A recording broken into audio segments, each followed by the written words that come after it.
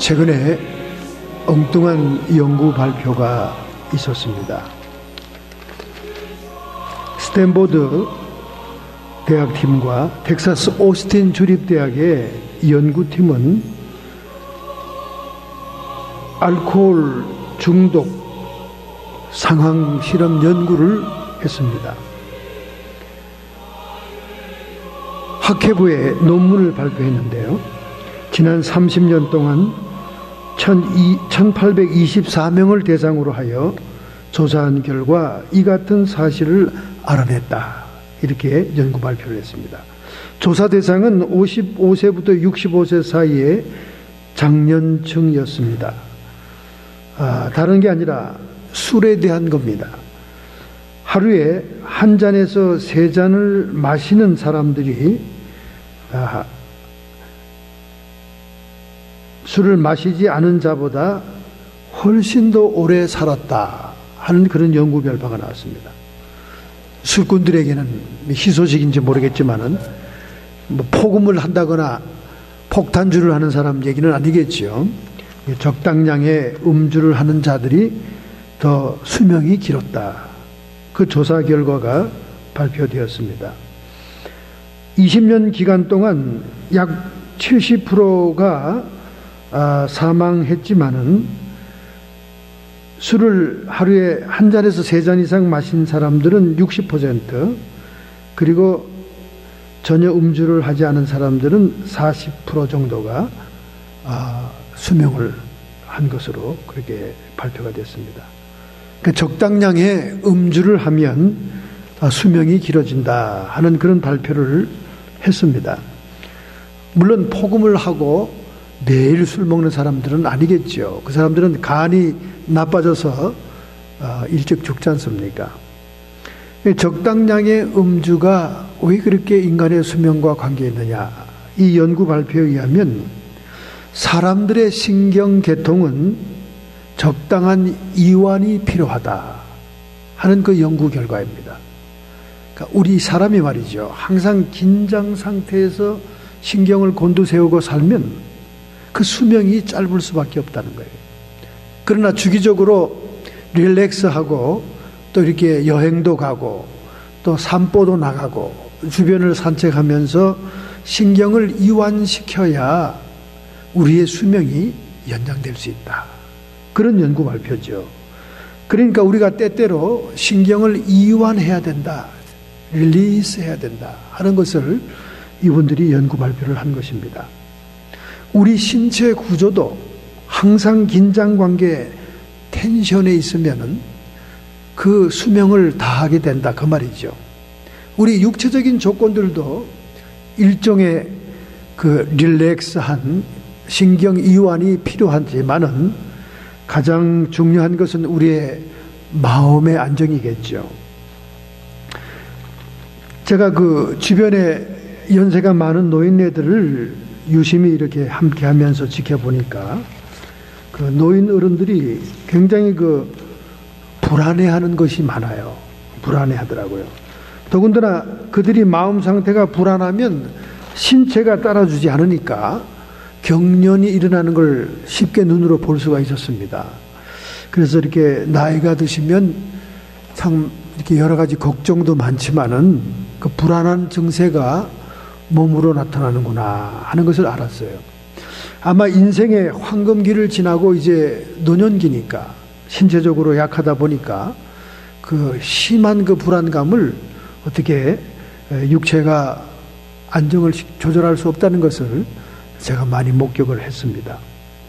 특별히 오늘 마가의 다락방에서 주님이 겟세마네 동산으로 옮겨가기 직전 그의 사랑하는 수제자들에게 놀라운 말씀을 주신 마가의 다락방 마지막 강화와 같은 마지막 설교 말씀이 기록된 것이 오늘의 본문입니다. 오늘 본문 25절에 보니까 내가 아직 너희와 함께 있어서 이 말을 너희에게 하였거니와. 이제 곧 주님은 죽음을 향해 가게 됩니다. 주님이 이렇게 살아있기 때문에 내가 너희들에게 이 말을 하게 돼서 좋다 하는 그런 의미로 말을 시작하지요. 그러니까 이 마가의 다락방 이 마지막 담화, 이 말씀은 참으로 중요한 말씀이다 하는 생각이 드는 거예요. 보혜사 곧 아버지께서 내 이름으로 보내실 성령 그가 너희에게 모든 것을 가르치시고 내가 너희에게 말한 모든 것을 생각나게 하시리라. 예수님은 그 육신의 몸을 가지고 자신의 사명을 감당함으로 이 세상에서 떠나지만은 보혜사라고 하는 또 다른 하나님의 성령을 너희에게 남겨놓겠다 하는 그런 말씀을, 중요한 말씀을 하는 거죠. 이렇게 함으로 주님이 떠나가는 그 공백 상태의 불안성을 제자들에게 안정감으로 돌리시려고 하는 주님의 마지막 설교의 말씀을 볼 수가 있는 것입니다. 주님의 죽음은 제자들에게 슬픔과 절망을 가져다 주는 것이었습니다. 그러나 그들에게 성령을 남기심으로, 또 성령이 지상 강림하심으로 각 제자의 마음과 성도들의 마음 속에 평안을 주시게 되었다 하는 사실이 오늘 본문에 나타나고 있는 강력한 메시지인 겁니다. 그러면 과연 오늘 우리 성도들은 이미 지상에 강림한 성령, 그리고 주님께서 우리에게 남기시고 우리를 인도하시고 지도하시겠다고 하신 그 성령의 인도를 받으면서 평안을 누리고 있느냐 하는 것이 오늘 메시지의 주제가 되겠습니다. 오늘 첫째 본문 27절 말씀을 함께 보겠습니다. 평안을 너희에게 끼치노니 곧 나의 평안을 너희에게 주노라. 내가 너희에게 주는 것은 세상이 주는 것 같이 아니하니라. 너희는 마음에 근심하지도 말고 두려워하지도 말아라.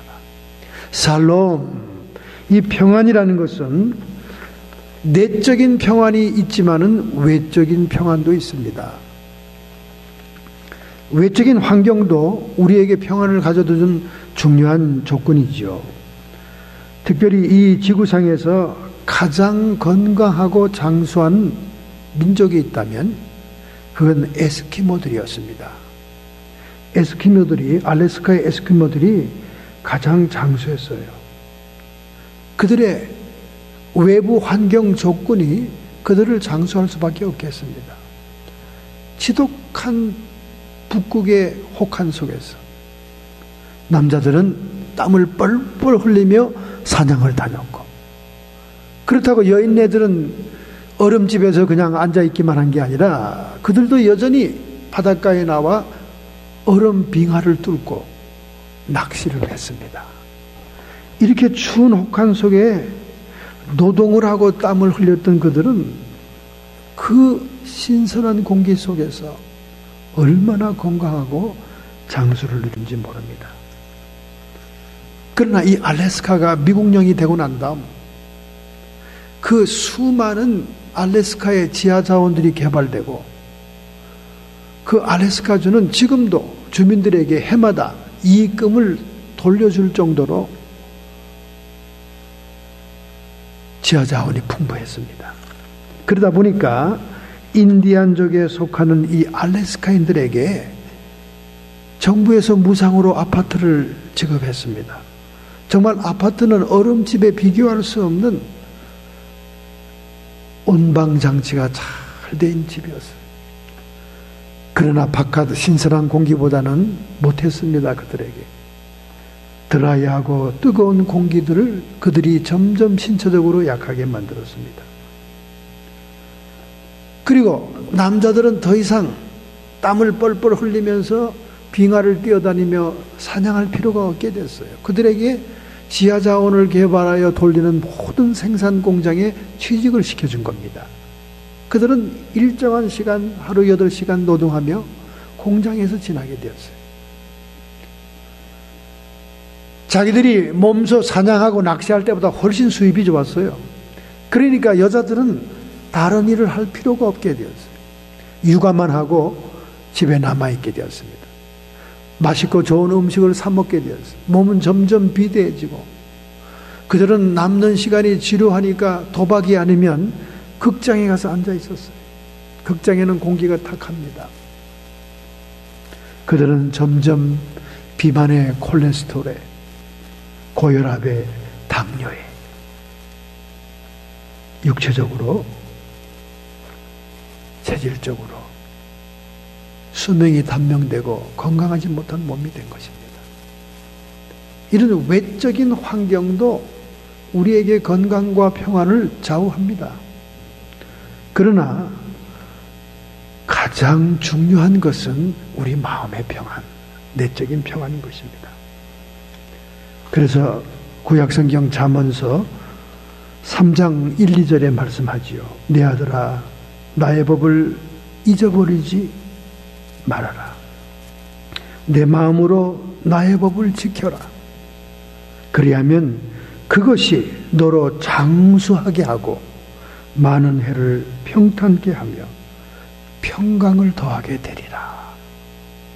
하나님의 약속의 백성들에게 하나님의 토라 율법을 지키고 그 율법대로 살게 되면 너희들은 땅에서 장수하고 건강할 것이고 그리고 마음은 평강을 누리게 된다. 내적인 평강을 강조하고 있습니다.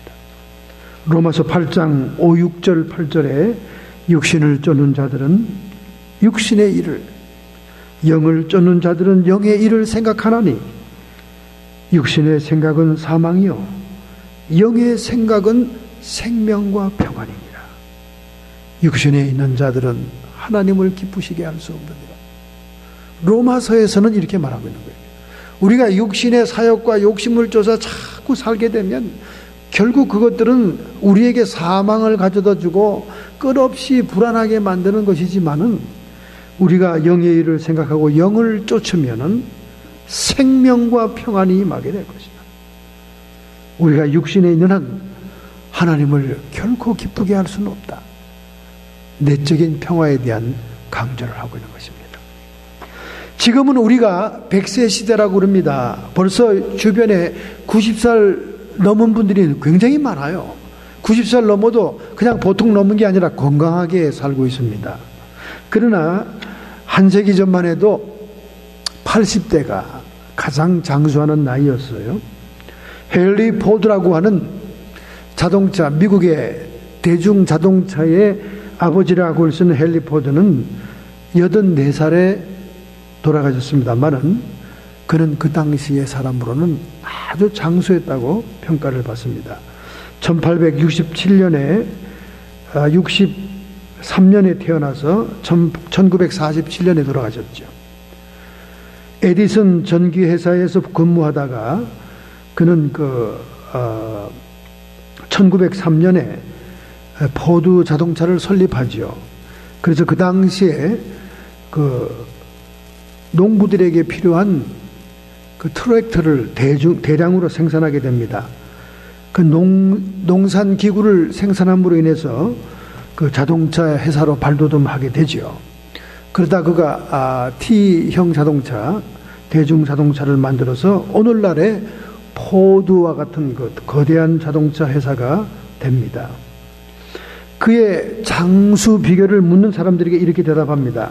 그는 첫째, 내가 이렇게 장수를 누리고 있는 것은 적당한 운동을 하고 그리고 풍부한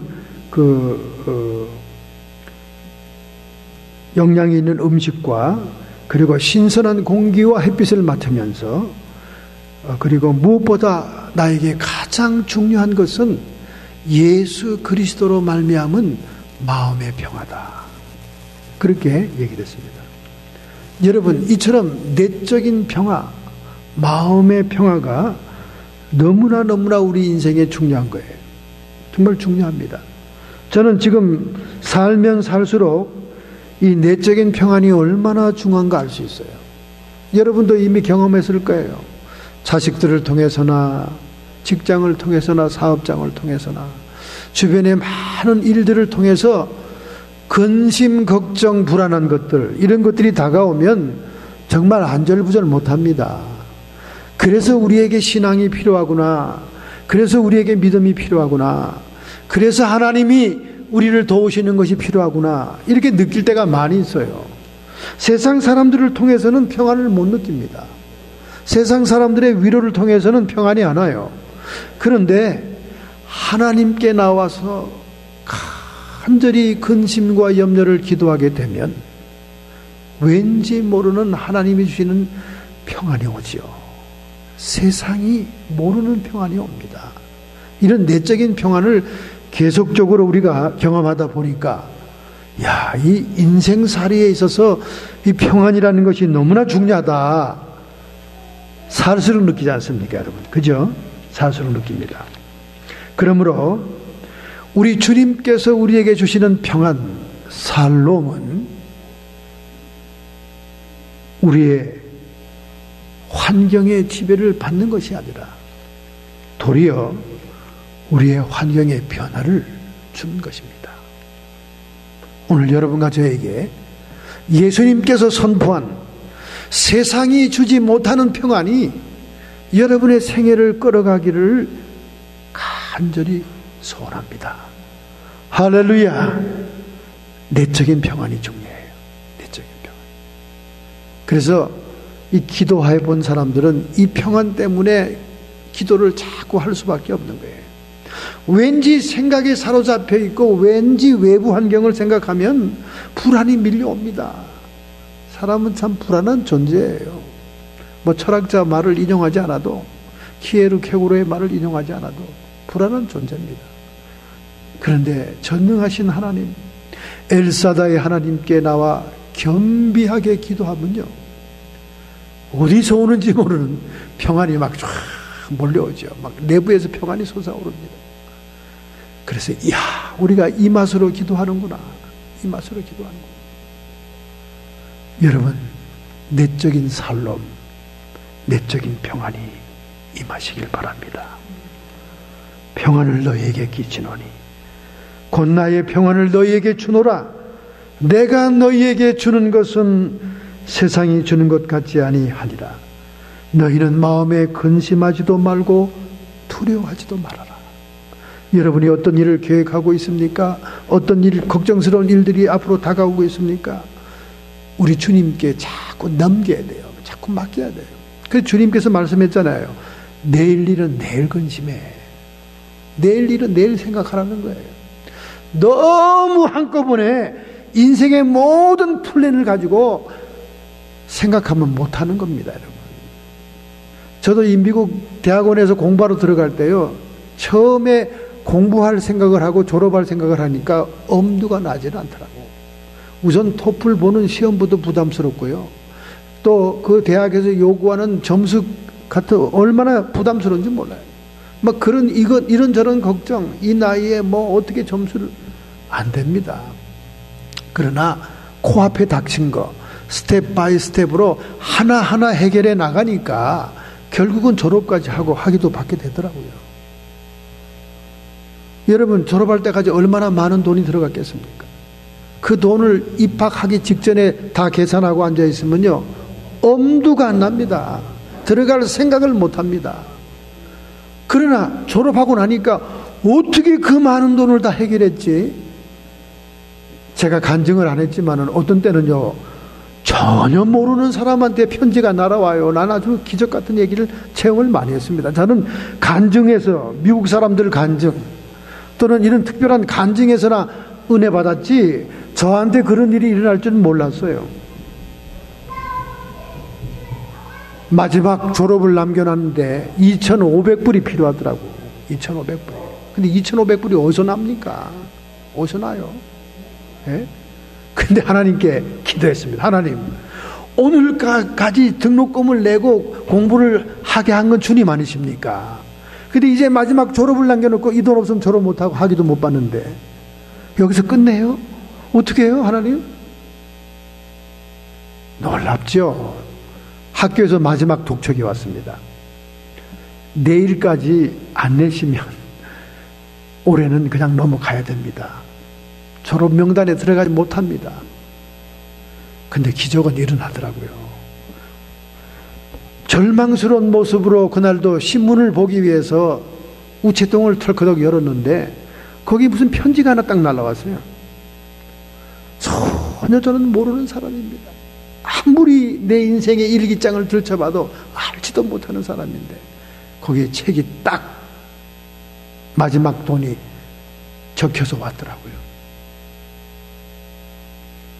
제가 기도하는 가운데 목사님에게 이 돈이 꼭 필요하다는 것을 성령께서 가르쳐 주어서 제가 그 세미한 성령의 음성을 저버리고는 잠이 오지 않아서 이 책을 보내오니 필요한 곳에 쓰소서. 저에 대해서 묻지도 마시고 알려고도 하지 마시고 그냥 성령님께 찬양을 돌리세요. 편지가 왔어요. 그 마지막 녹음을 냈습니다. 지금도 몰라요. 누군지도 몰라. 진짜 마음이 불안하고 흔들리고 그럴 때는요, 정말 아득하고 막막합니다. 근데 하나님께 기도하고 나면요, 어디서 그런 평안이 오는지 몰라요. 평안이 쫙 오면서 네가 그 학교 다니는 게 네 힘으로 다닌 것 같으냐? 네가 오늘까지 네가 그 기름을 들이면서 그 2시간씩 금문교를 넘어 다니는 그 학교가 하나님이 너를 가리킨 거야. 하나님이 보내신 거야. 그런데 하나님이 너를 졸업시키지 않겠냐? 그렇게 평안이 쫙 오더라고요. 내일 마지막인데 그 평안이 오니까 그냥 무슨 학교에서 연기시켜 줄라나 보다. 그냥 학교에서 그냥 외상으로 해줄라나 보다. 미국 대학은요 외상이 없어요. 외상이 절대. 그냥 나중에는요 어떤 게 왔냐면 제가 0.1페니가 안 들어갔다고 왔더라고요. 나 그렇게 독종들 처음 봤어. 0.1페니가 안 들어왔대. 야, 그거 가지고 학교로 뛰어간 거 아닙니까? 1페니 들고 1페니 가지고 졸업을 안 시켜줄 생각이더라고.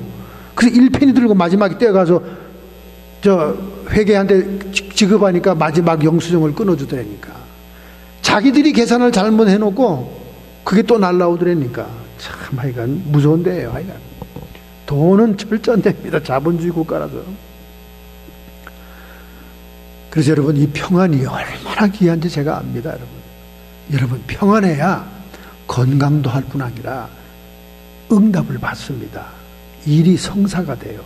막 불안하고 요동스러우면 하나님이 도와줄 수가 없습니다. 왜? 여러분이 들고 있는 그릇을 막 사시나무 뜰지 떠는데 거기다 어떻게 담아줘요? 야고보서 1장에 있잖아요. 막 두 마음을 품어가지고 막 불안에 떠는 사람을 그 정함이 없는 마음에 하나님은 응답을 줄 수가 없는 겁니다. 내가 제대로 하나님의 약속대로 응답을 받기 위해서라도 평안의 그릇을 준비해야 돼요. 릴렉스하게 주님이 주시는 응답을 담을 수 있도록 흔들리지 말아야 돼요. 이게 주님이 주시는 평안입니다. 이 내적인 평안이 여러분 있어야 돼요. 이 평안이 없다. 그럼 여러분 기도하세요. 무릎을 꿇어야 됩니다. 그 자리에서 무릎을 꿇어야 돼요. 하나님, 주님이 주시는 평안, 세상이 알지 못하는 평안을 주옵소서. 그것이 살롬. 그것이 올 때 하나님의 약속은 믿는 자를 통해 실천되는 것입니다. 할렐루야. 이 내적인 평안이 여러분에게 있기를 원합니다. 로마서 8장 9절, 누구든지 그리스도의 영이 없으면 그리스도의 사람이 아니니라. 이 평안이라는 것은 그리스도의 영을 통해서 오는 거예요. 여러분 안에 그리스도가 있기 때문에 그 영을 통해서 평안이 오는 거예요.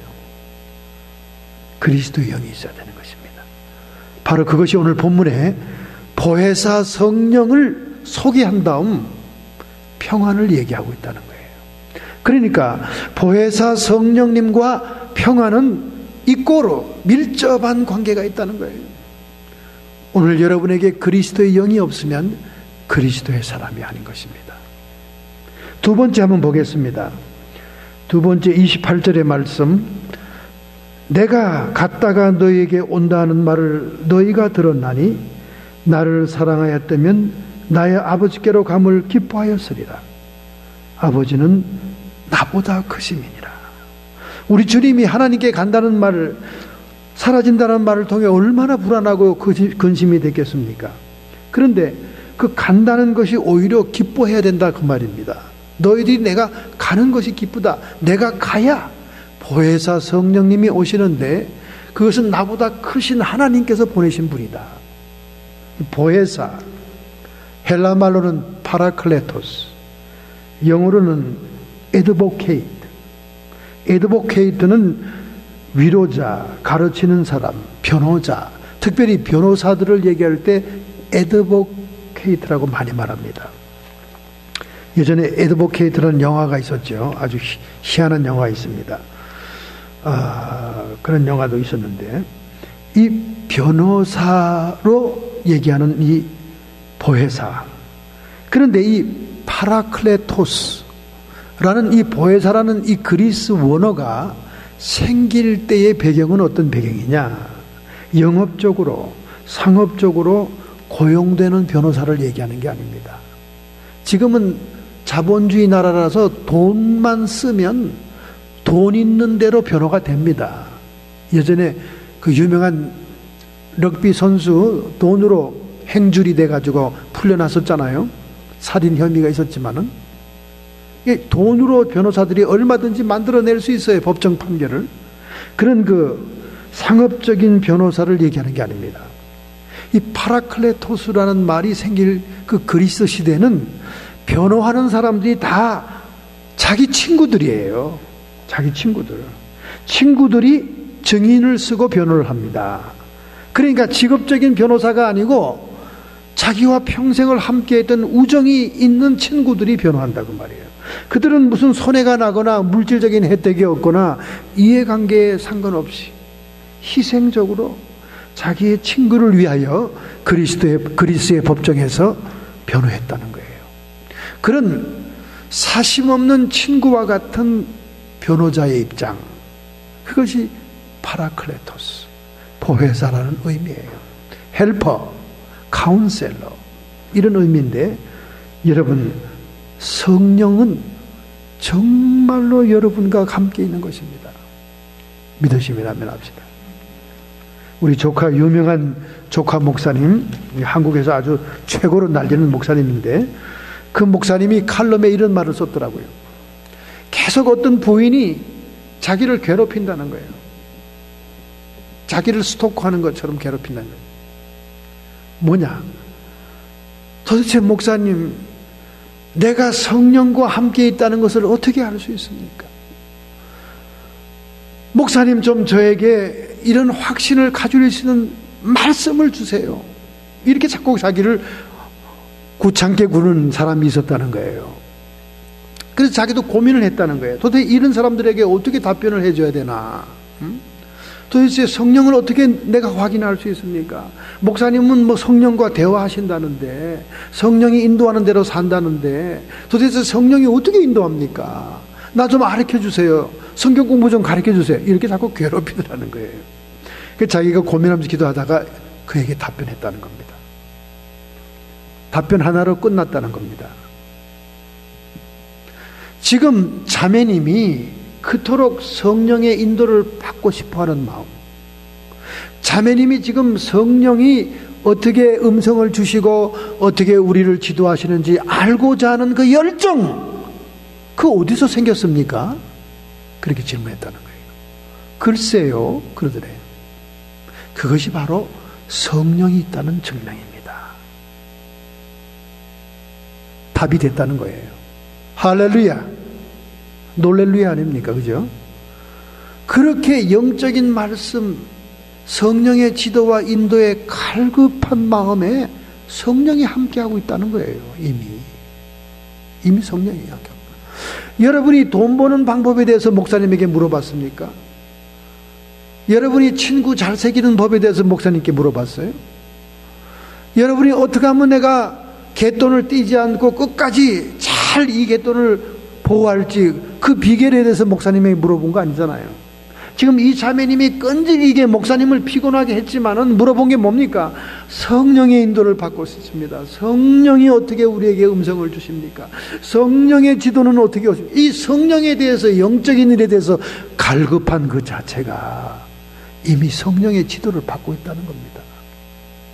할렐루야. 여러분, 성령을 너무 외적인 현상으로만 자꾸 추구하지 마시고 이미 성령께서는 여러분 안에 와 계시다는 거예요. 여러분이 주님을 주여라고 부르고 주님을 나의 메시아 구세주로 믿고 의지하고 있다면 이미 그리스도의 영이 와 계신 거예요. 그리스도의 영이 없으면 그리스도의 사람이 아닌 것입니다. 그리스도의 영으로 말미암지 않고는 예수님을 주님이라고 말할 수 없는 거예요. 할렐루야. 이렇게 우리 주님이 성령으로 우리 안에 와 계시다는 것을 확인할 때 이미 여러분은 지도를 받을 수 있는 개연성이 있는 겁니다. 여러분이 영적인 존재라는 걸 어떻게 알고 있습니까? 여러분이 동물과 다르다는 것을 어떻게 알고 있어요? 단순히 본능을 따라 움직이고 감각에 따라 움직이고 있는 모든 생물들과 나라는 인간이 영적인 존재로서 살고 있다는 걸 어떻게 아냐고 말이에요. 여러분과 제가 영적인 존재라는 증거는 마음이 있다는 거예요. 마음이 있다는 게 우리가 영물이라는 증거예요. 마음이 있고 그 마음의 생각들이 언어로, 말로 표현된다는 것이 여러분과 제가 영적인 존재라는 게 증명이 되는 거예요. 그러므로 그리스도의 영, 성령이 영의 존재로서 우리 안에 있다는 것은 우리의 마음 속에 있다는 거예요. 그는 살아있는 존재이기 때문에 우리의 의식 속에 역사한다는 거예요. 할렐루야. 그러므로 우리의 마음 속에는 내 개인의 셀프 싱킹도 있지만은 성령의 의식도 함께 있다는 거예요. 할렐루야. 우리의 영이 하나님의 영과 함께 있다는 겁니다. 그 함께 있다는 건 무슨 말이냐? 우리의 마음 속에 섞여 있다는 거예요. 우리의 의식 속에 함께 있다는 겁니다. 그것은 얼마든지 언어로 표현된다는 거예요. 성령이 직접적으로 나오는 언어는 방언이고, 혹시 방언을 못한다 할지라도 우리의 통상 언어를 통해서 우리 마음속에 들어오셔 역사하는 성령은 의식을 주관하기 때문에 우리 언어와 말로 표현이 되고 있다는 거예요. 할렐루야. 여기 지금 당장 앞에서 사람들이 벌렁벌렁 나자빠지고 막 거품을 일으키며 귀신이 떠나가고 병든 자가 치료받고 막 이런 현상이 나타나지 않아도 자꾸 우리는 현상을 추구하는 경향이기 때문에 성령의 역사는 별나야 되고 현상이 나타나야만 성령이 역사하고 있다 이렇게 생각하는 거예요. 자꾸 그 현상만 추구하다 보니까 이단 쫓아갑니다. 여러분, 사탄은 모방의 대가입니다. 모방의 대가요. 사탄은 어지간한 건 다 모방할 수 있어요. 하늘에서 불도 내립니다. 모세가 던진 뱀을 모방해서 뱀을 만들 수도 있어요. 그러니까 현상을 따라가고 추구하다 보면 자기도 모르는 사이에 사탄과 마귀와 귀신들에게 미혹될 수도 있다는 거예요.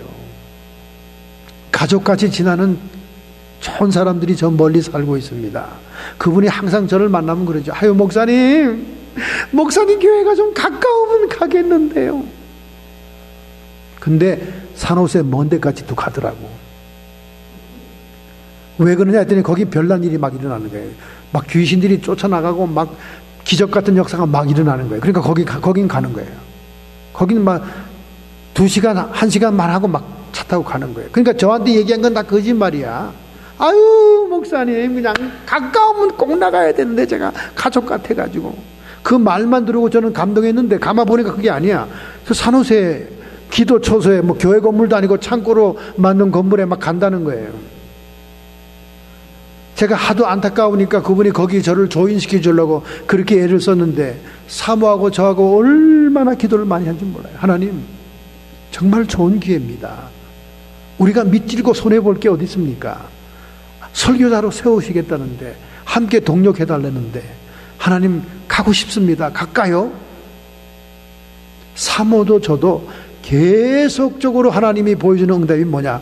그것은 귀신의 처소다. 아니 기사와 이적이 일어나고 막 굉장하던데요. 사람들이 막 난리 났다는데요. 거기 가면 혹 빠진다는데요. 그래도 귀신의 처소다. 그래도 제가 자꾸 가고 싶어. 아니 귀신의 처소면 가서 능력 있게 귀신들을 쫓아내고 싹 정화시키면 되지 않습니까? 그렇게 하나님의 성령이 약합니까 하나님? 그랬더니 이제는 환상으로 보여주는 거예요.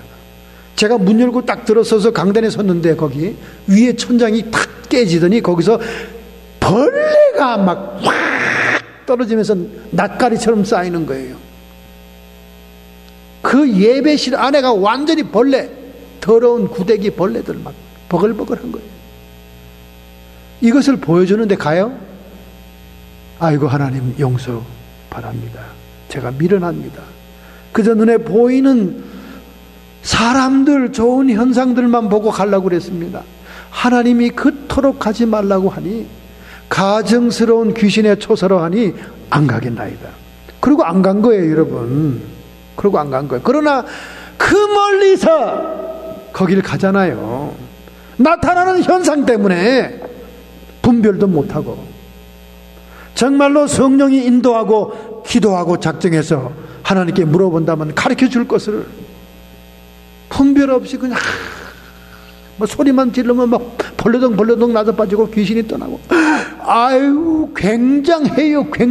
막 나한테 얼마나 자랑을 하는지. 굉장한 게 중요한 게 아니에요 여러분. 어느 영에 소속됐는가 중요합니다. 너희는 영들을 시험하라. 그들이 그리스도에게 속하였나 시험하라. 그들이 하나님께 속하였나 시험하라. 여러분 성령의 현상은 별난 현상이 중요한 게 아니에요 여러분. 그게 중요한 게 아닙니다. 먼저 내적으로 살롬 평안이 오고 내적으로 깊은 관계성과 인격적인 만남을 통해 든든한 뿌리가 평강의 관계가 이루어지고 난 다음에 성령은 필요를 따라 얼마든지 바깥의 현상을 드러낼 수 있는 거예요. 너무 바깥의 현상을 치중하다 보면 거기 마가 낍니다. 거기 귀신이 미혹하고 들어오는 거예요. 저는 왜 거기가 그런지 모르겠습니다. 무슨 연고 때문에 그렇게 된지 모르겠어요. 그러나 하나님이 지금 나타나는 현상을 보여주고 가지 말라니까 난 주의 종으로서 말을 순종할 수밖에 없는 거지. 오늘 여러분이 성령과의 관계를 정립해야 됩니다. 정말 이 시대는 영들을 분별해야 되는 시대예요. 영들 복수입니다. 수많은 영들이 역사하고 있어요. 그래서 오늘날 영성이란 말도 많이 사용하는데 그 spirituality, 그 그리스도의 영성이 그리스도의 영성임은 많은 것입니다만은 그 영성이란 말을 오늘날 뉴 에이지에도 사용하고 많은 다른 잡종교에서 영성이라는 말을 사용하고 있습니다. 토착의 영성, 또 과학의 영성, 철학의 영성, 초월 심리학의 영성, 많은 영성을 사용해요. 그래서 영성이라는 말도 그리스도의 영성일 때만이 진정한 성령의 역사인 겁니다. 성경적인 영성은 하나님의 말씀에 순종하며 사는 삶의 지혜라고 말합니다. 그리고 그 결과로 예수 그리스도의 형상을 힘입으며 성령의 열매를 맺어야 된다는 거예요. 영성이 성숙하고 발전하면 발전할수록 내적인 인성도 발전해야 된다는 거지요. 인격과 품성, 즉 거룩함에 이르러야 된다는 거예요. 우리가 성령과의 관계를 형성할 때, 즉 spiritual formation, 영성을 형성할 때 세 가지의 종류가 있다는 거예요. 첫째는 간단한 식사, 금식이나 단식, 간단한 식사, 또 설교 메시지, 사도의 가르침, 그 다음에 그 내적인 치유와 기도, 또 성만찬, 이런 그 성례를 통해서 우리가 영성을 형성하기도 하고, 두 번째는 개인적인 영성으로 묵상을 통해서 성경 연구와 예배를 통해 또 훈련을 통해 우리의 영성을 성숙시킵니다. 세 번째는 카리스마적인 영성이 있는데, 그것은 성령의 직접적인 은사를 통해 연단과 훈련을 받아 우리의 영적인 성장을 일으켜 나간다는 거예요. 근데 영성은 반드시 우리 인격적인 성장이 동반한다는 거예요. 영성이 탁월하다 하면서 욕설과 터프하고 거칠고 난잡한 행동을 한다. 그건 영성이 올바로 형성된 게 아니에요. 영성의 사람들은 점점 거룩해져야 됩니다. 그래서 하나님의 그 거룩성에 가까이 가면 갈수록 하나님의 아름다운 모습을 닮아가야 된다는 거예요. 그래서 오늘 본문에서 얘기하고 있는 이 내적인 평안 살롬은 우리 주님께서 가시고 이 지상에 보내신 보혜사 성령님과 너무나 관련이 있다는 겁니다. 오늘 여러분과 제가 성령의 지도를 받고 있느냐, 성령의 가르침을 받고 있느냐, 성령의 인도함을 받고 있느냐를 바로메터, 점검하는 검침은 뭐냐? 내적인 평안이 있느냐. 내적인 평안. 이 성령이 주는 내적인 평안은 단순히 자기 확신이나 자기 도취를 얘기하는 게 아니에요. 여러분, 사기꾼들도 거짓말을 하면서 자기 확신이 대단합니다. 아주 거짓말이 자기의 현실이에요. 자기의 진실입니다. 사기꾼은 거짓말을 해도 정말처럼 해야 상대방이 속아 넘어가요. 사기꾼이 사기를 치면서 자기도 불확실한 지식들을 얘기하면 금방 들킵니다. 그래서 이 사기꾼들은요, 얘기를 정말 진리처럼 얘기해요. 자기가 아주 자기 확신에 빠져 있어요. 주변에 그런 사람들을 많이 봅니다. 거짓말을 하면서 너무나 그 거짓말이 자기화돼 있어요. 자기 확신에 빠져 있어요. 거기서 오는 그 만족감이나 성취감을 얘기하는 게 아니에요. 성령이 우리를 인도하면 먼저 죄에 대해서 책망하고, 의에 대해서 책망하고, 세상 임금에 대해서 책망합니다. 그리고 그 후에 우리에게 평안을 주시는 거예요. 죄에 대해서 책망할 때는 죄책감이 밀려오죠. 회개하지 않고는 견딜 수 없습니다. 털어도 먼지가 나잖아요. 성령의 지도를 받고 성령의 조명 아래에 있으면요, 조그만 꺼리낌도 못 견딥니다. 보통 사람은 웬만하게 넘어가는 거짓말들을, 웬만한 것들을 그냥 다 그러고 살죠. 그 목사님들 만나면 이러죠.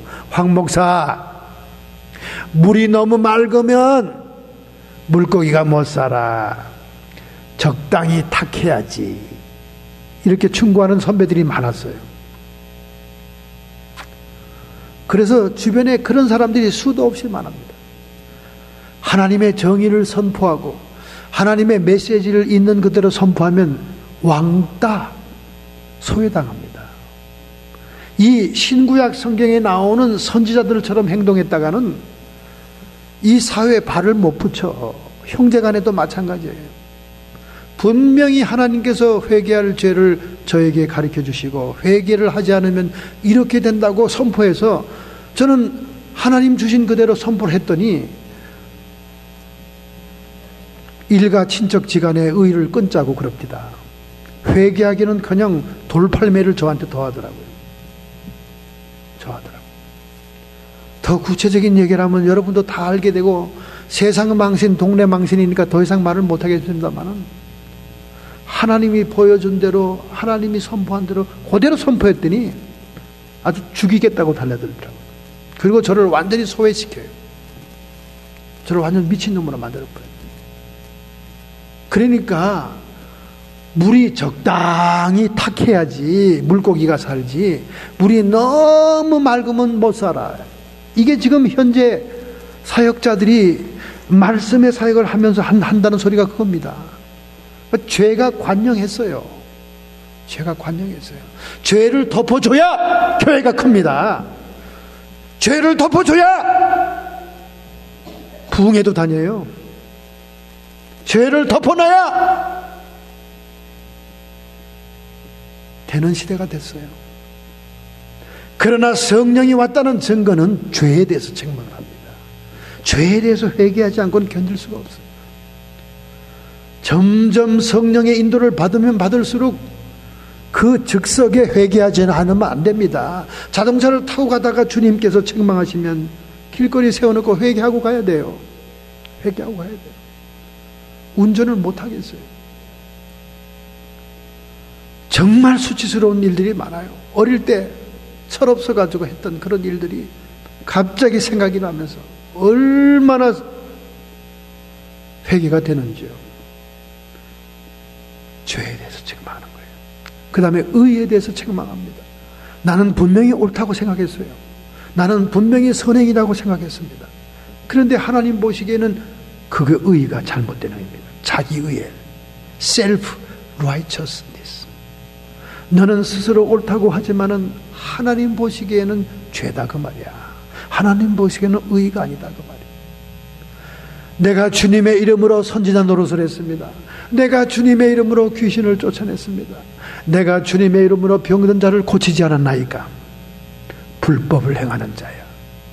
나는 너를 모르니 나에게서 떠나갈지어다. 여러분, 불법은 요한일서에 말하기를 계명을 범하는 것이 불법이니라 그렇게 말씀했습니다. 그 무슨 말입니까?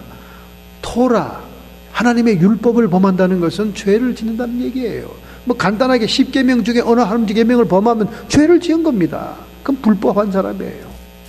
아무리 외부적으로 능력과 권세와 초자연적인 일을 행했다 할지라도 하나님 보시기에 내부적으로 죄를 그대로 간직하고 있으면 불법을 행하는 자예요. 나는 너를 모른다. 떠나가라 그러는 거예요. 우리가 죄를 지으면 성령의 책망이 있을 때 진실되게 회개하면 됩니다. 그리고 두 번 다시 안 하면 되는 거예요. 그러면 진홍같이 붉을지라도 양털같이 휘어진 거예요.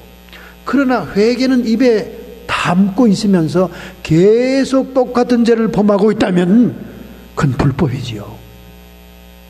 그건 나에게서 떠나가라 그러죠.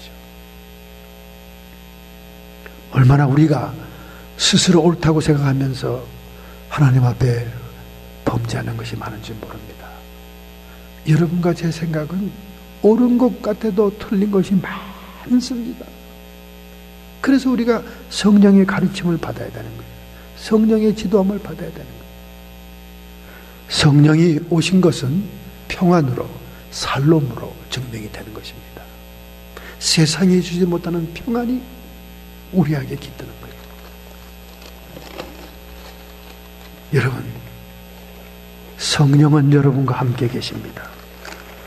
그 성령의 음성에 예민하시고 인도를 따라야 됩니다.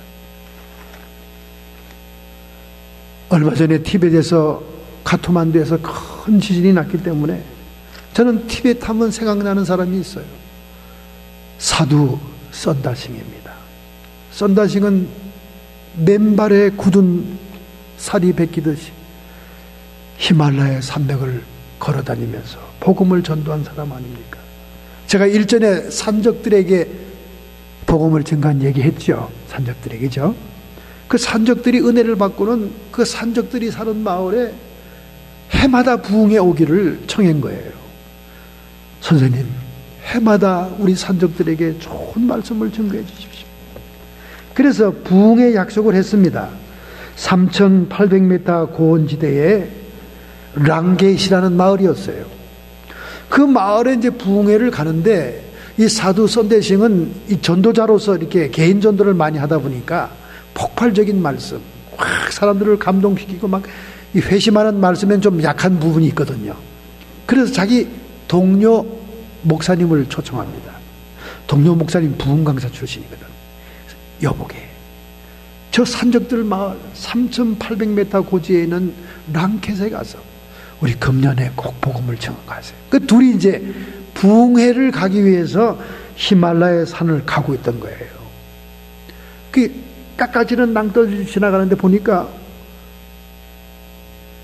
신랄 같은 신음소리가 들리는데 이렇게 내려다 보니까 아마 자기들처럼 그 길을 가다가 사람이 굴러떨어진 거예요.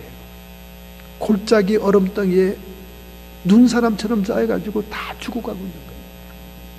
선다싱이 친구 목사한테 얘기합니다. 여보게, 우리 저 사람을 구하고 가세요. 구하고 가세요. 아니 여보, 저기 지금 30m 지점이고 저 사람은 지금 죽어가고 있는 거야. 그런데 지금 우리가 그 사람을 끌어올리기 위해서 줄을 내리고 내려가고 하다 보면 부흥회는 언제 가나? 부흥회는 언제? 우리를 기다리고 있잖아. 바로 기다리는 날 전날이었거든요. 그러나 이 썬다식은 가슴에서 자꾸 그 사람을 살려야 된다는 음성이 들리는 거예요. 발걸음이 떨어지지 않고 그래서 얼마큼 가다가 또 얘기하면 여보게, 안 되겠네. 구해야 되겠네. 당신이 좀 도와줘야 돼. 자기는 안 된다는 거예요. 자기는 더 많은 영혼들이 기다리고 있는 부흥의 장소로 가야 된다는 거예요. 세 번째 간곡한 말에도 무정하게 그는 가버렸습니다. 내가 당신같이 그렇게 공사를 구분하지 못하는 사람하고 부흥회를 같이 왔다니 한심하네. 알아서 하게. 나는 부흥회 때문에 가네. 가버렸어요. 썬다싱은 그 맨발로 밧줄을 내려서 30m 골짜기를 내려갑니다. 그래가지고 막 사람을 흔들었어요. 보니까 이 사람도 부흥회 한다는 소식을 듣고 먼 거리를 온 것과 같은 느낌을 받았습니다. 배낭에 보니까 먹을 식량이 있고 성경 찬송이 있었던 거예요. 그래서 막 한신이 땀을 흘려 줄에 묶어서 올려서 결국 둘이 부대끼면서 막 그냥 땀을 내면서 막 숨을 차가면서 산을 넘게 된 거예요. 산을 막 넘고 내려가는데 보니까 발에 툭 하고 어떤 돌멩이같이 단단한 얼음이 걸려서 이렇게 보니까 아까 먼저 갔던 그 동료 목사님이 완전히 얼음덩어리가 돼가지고 돌멩이처럼 굳어져 있었습니다. 아무리 깨워도 이미 맥박이 끊어지고 숨이 끊어졌습니다. 그러나 썬다싱은 그 환자를 등에 업고 땀을 뻘뻘 흘리며 왔기 때문에 둘이 다 뜨거운 열기에 살아나게 된 거예요. 그래서 등에 있는 그 사람에게 태화가 되었어요. 어떻게 그러다가 골짜기에 떨어졌는가 하더니 그 랑켄 마을에 썬다싱이라는 유명한 목사님이 오신다 그래서 내가 그 부흥회를 참석하려고 가다가 이렇게 됐다고 그러더라는 거예요. 그때 썬다싱은 섬찟하더라는 거예요. 내가 한 영혼을 귀하게 여기지 않고 성령께서 내 마음 속에 말씀하는 걸 순종하지 않았다면 나는 얼마나 후회스러운 인생을 살았겠는가. 그 말을 듣는 순간 그의 가슴에서 평강이 밀려오는데 너무나 희열에 차고 기쁘더라는 거예요. 그래서 찬송을 부르기 시작하니까 뒤에 있던 사람도 찬송을 부르더라는 거예요. 할렐루야. 오늘 본문의 말씀에도 순종하는 것이 성령의 평안을 받는 것이라는 말씀이 나와 있습니다. 31절 오직 내가 아버지의 사랑하는 것과 아버지의 명하신 대로 행하는 것을 세상으로 알게 하려 함이니라. 예수님도 하나님의 명령과 말씀에 순종했을 때 세상이 주지 못하는 평안을 누린 것처럼 오늘 여러분과 제가 끊임없이 예리한 음성으로 세미한 음성으로 하나님의 성령의 말씀하는 그 음성을 순종할 때 하나님의 평강이 우리에게서 떠나지 아니하시고 하나님의 상급과 축복도 떠나지 않게 될 줄로 믿습니다. 할렐루야. 성령님을 바깥에서 찾지 마세요. 성령을 현상 세계에서만 찾으려고 하지 마세요. 성령은 여러분의 마음속에 와 계시고 여러분의 의식을 통해 여러분에게 끊임없이 말씀하고 있습니다. 그 말씀에 여러분이 순종하기 시작하면 점점 그 예리한 음성은 점점 큰 음성으로 분명한 음성으로 우리를 지도하게 되고 여러분과 저는 세상이 주지 못하는 평강이 매일매일 우리의 삶 속에 나타날 줄로 믿습니다. 이렇게 살고자 결심하고 결단한다면 여러분의 가슴에 손을 얹기 바랍니다. 오늘 여러분의 의지와 결심을 하나님께 표현합시다. 하나님, 지극히 적은 것으로부터 제가 주님의 음성에 순종하겠습니다. 주님의 뜻을 따르겠습니다. 우리 예수님도 주님이 기뻐하시는 일을 행함으로 결코 혼자 두지 아니한 것처럼 우리도 영의 일을 생각하고 주님의 성령의 음성을 순종함으로 하나님의 평강을 누리며 하나님의 뜻을 이루는 자가 되기를 결단합니다. 오늘 결심합니다. 주님, 우리의 의지를 받아 주시옵소서. 우리가 능력 있게 생명력 있게 살아갈 수 있도록 내 마음속에 들려오는 세미한 음성을 붙잡게 해 주시옵소서. 이렇게 결심하고 결단하는 성도들을 주님 피 묻은 손으로 축복해 주옵소서. 성도의 육체와 정신의 역사는 모든 질병들아, 이 시간 예수님께서 이기셨으니, 예수님께서 값을 치루었으니 고통과 함께 떠나가고 치료함을 받을지어다. 저희들이 우리 주변에 중보 기도하는 많은 환자들이 있습니다. 불치의 병, 근육마비의 병으로 고통하는 자들이 있습니다. 하나님, 이 시간 찾아가 치료해 주옵소서. 암덩이들이 녹아지게 해 주시옵시고 모든 이름 모를 병들도 쫓김을 받을지어다. 우리의 마음속에는 육의 일을 생각지 않고 영의 일을 생각하고 쫓음으로 생명과 평안이 충만할지어다. 악한 마귀 사탄 귀신의 세력들, 끊임없이 우리 주변을 배회하며 회방하고자 하는 세력들아, 예수 그리스도께서 십자가에서 정사와 권사를 밝히 드러내시고 승리하셨으므로 지금 명하노라. 우리의 주변에서 쫓김받고 떠나갈지어다, 물러갈지어다. 오직 승리하는 저희들 여호와 니시 깃발을 펄리게 해 주시옵소서. 우리 하나님이 영광 받으시는 생애가 될 줄로 믿사옵고 예수님의 이름으로 감사하며 축복하며 기도하옵나이다.